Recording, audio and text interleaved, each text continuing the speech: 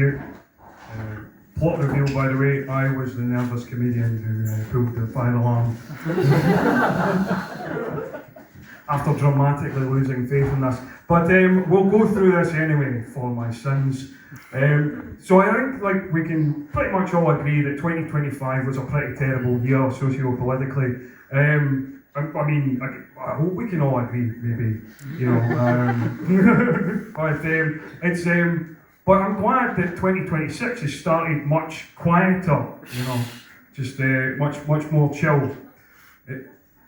No, I forgot. No, it's not. It's not. We've already had so much terrible news that it might already be 2 months into the year worse than 2025. It's really hard to keep up with all the bad news in the world. Even just the Trump stuff is bad to keep up with that, whether it's the ICE stuff or the stuff where he's threatening to invade Greenland. Iceland? Greenland, or any other things he's doing, turning up 38,000 times in the Epstein files. I don't think my name has been said out loud 38,000 times. I'm 40 years old.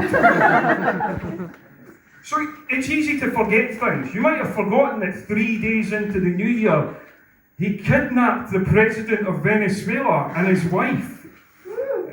Deserves a cheer, I guess. Well done, Mr. Trump, for that. So, yeah, I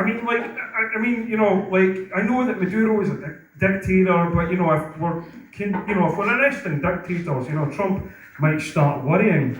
And I did misspeak. I did misspeak when I said that Trump kidnapped the president of Venezuela and his wife. He didn't do it personally. He didn't rappel from the roof of the presidential palace like MacGyver, but I'm sure that is how it happened in his head. Yes, also all of my references are outdated, so you might not know them. But it's a kind of crazy story. So I could talk about it for hours, but I've got 5 minutes, so I'll break it down into 3 easily digestible points. Point number 1. It was often seen as ironic that Maduro was put up on drug trafficking charges when Trump had pardoned Juan Orlando Hernandez, who is the former president of Honduras and convicted drug trafficker.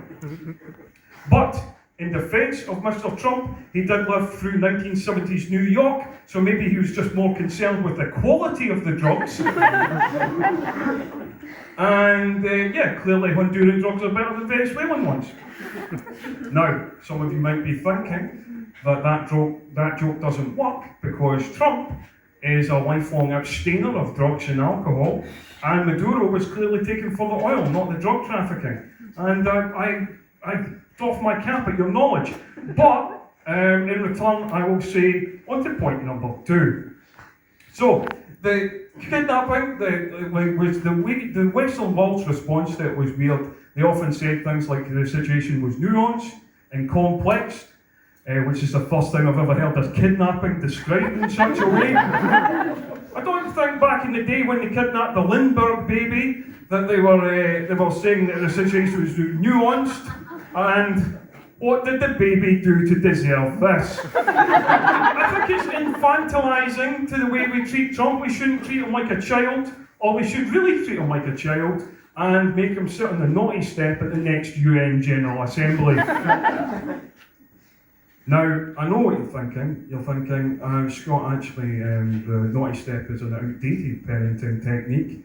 And again, I commend you on your research of my sect. But in return, I'm going to say on to point number 3. So point number 3 is we don't just have to worry about Trump, we have to worry about his whole clown cabinet. Particularly a man called Pete Hegseth, Secretary of Defence. Or should I say, Secretary of War, which is now his official title, because he's a moron, who probably start coming out to press conferences to Kid Rock's American Badass. Now, he said of the situation that Maduro effed around and found out. This is not the language of a political speechwriter. This is a language of a WWE screenwriter. Now, there is a phrase in British politics that goes, if America sneezes, the world catches a cold. So I do wonder if this wrestling lingo will catch on in other parts of the world. Shall we soon see President of France Emmanuel Macron threatening into debates to lay the smackdown on his opponents? Will an Aussie PM Anthony Albanese start ending debates by going, and that's the bottom line because Albo says so? Or will our current PM be threatening his opponents to rest in peace? Now, you may be thinking, why did you pick The Undertaker as the avatar for Luxon in that joke? And to that I would say, I thought the best metaphor for the current Luxon era was a giant lumbering zombie.